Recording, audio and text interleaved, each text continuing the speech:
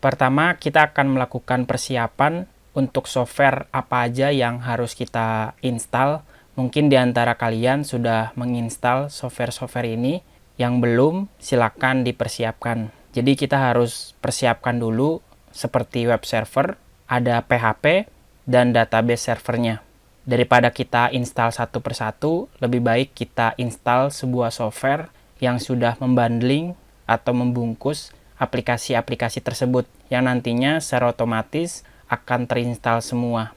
Nama softwarenya adalah SAMPP, di mana kita akan install Apache sebagai web server kita. Ada MySQL, database servernya, dan PHP itu sendiri. Tentu SAMPP ini bisa kita install di berbagai sistem operasi, baik itu Windows, macOS, ataupun Linux. Terus yang kedua, kita butuh kode editor. Kode editor yang saya pakai adalah Sublime Text. Kemudian yang ketiga, silakan install Composer, di mana Composer ini merupakan sebuah package manager untuk menginstal atau mendownload CodeIgniter melalui terminal. Dan yang terakhir, kalian boleh install Git untuk mendapatkan Git base-nya atau terminal. Tapi kalau teman-teman tidak menginstal Git juga nggak masalah, karena nanti kita nggak pakai Git, kita cuma butuh Git base-nya aja. Atau kalau teman-teman pengguna Windows, teman-teman bisa pakai command prompt. Oke, kita akan mulai melakukan persiapan. Kita kunjungi satu persatu. Website yang pertama ada di apachefriends.org. Teman-teman silakan dibuka.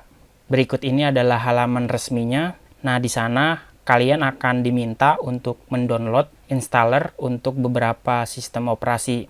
Ada Windows, Linux, ataupun macOS. Dan kalau teman-teman lihat, PHP yang ditawarkan versinya sudah PHP 7, 7.4. Ini PHP versi terbaru. Jadi kalau teman-teman download hari ini, maka PHP-nya sudah terbaru.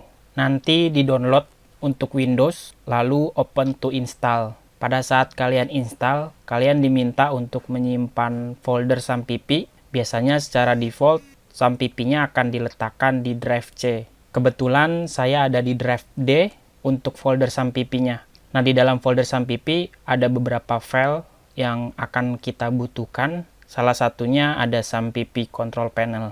Nih kalau teman-teman buka, klik 2 kali, maka control panel untuk SAMPP akan dibukakan dan teman-teman bisa mengaktifkan 2 modul Apache dan MySQL. Apache web servernya, MySQL sebagai database-nya. Jadi pastikan 2 modul ini aktif, teman-teman bisa jalankan. Tentu ini adalah tujuan kita untuk menjalankan local server di dalam browser. Jadi pastikan SAMPP-nya sudah terinstall. Terus di dalam folder SAMPP ada folder htdocs. Nanti folder project kita, project PHP-nya kita taruh di sini. Lanjut ke berikutnya, kita siapkan Sublime Text sebagai kode editor.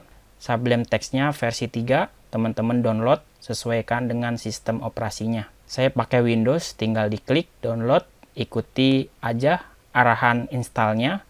Jika berhasil, tampilannya seperti ini. Ini adalah halaman kode editor Sublime Text. Nah, selanjutnya kita akan download yang namanya Composer. Websitenya ada di getcomposer.org. Dia adalah salah satu dependencies manager untuk PHP. Nanti di halaman ini langsung klik download aja.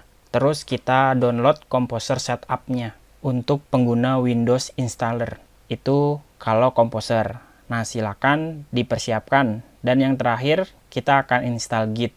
Ini opsional, teman-teman boleh install atau tidak. Tapi Git adalah tools yang sangat keren. Kalau teman-teman bekerja dengan tim, Git sangat diperlukan. Jadi saran saya, install aja, karena tidak rugi menginstal Git.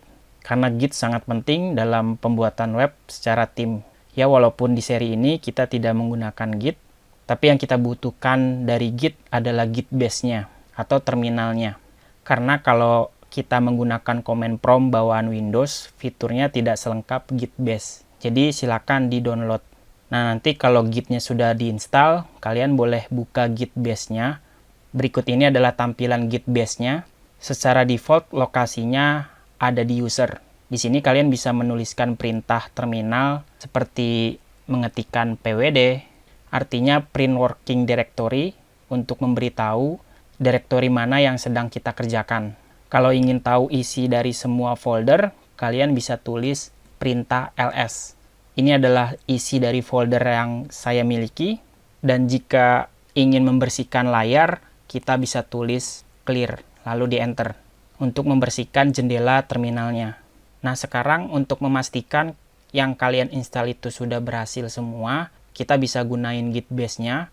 Contohnya kalau kalian ketik Composer di terminal, lalu di enter, maka tampilnya seperti ini. Kita berhasil install Composer. Kalau tampil seperti ini, berarti install Composer-nya sudah benar. Berikut ini adalah Composer yang saya gunakan, versinya 1.6. Dan ini adalah perintah-perintah untuk menjalankan Composer-nya. Namanya Command Composer.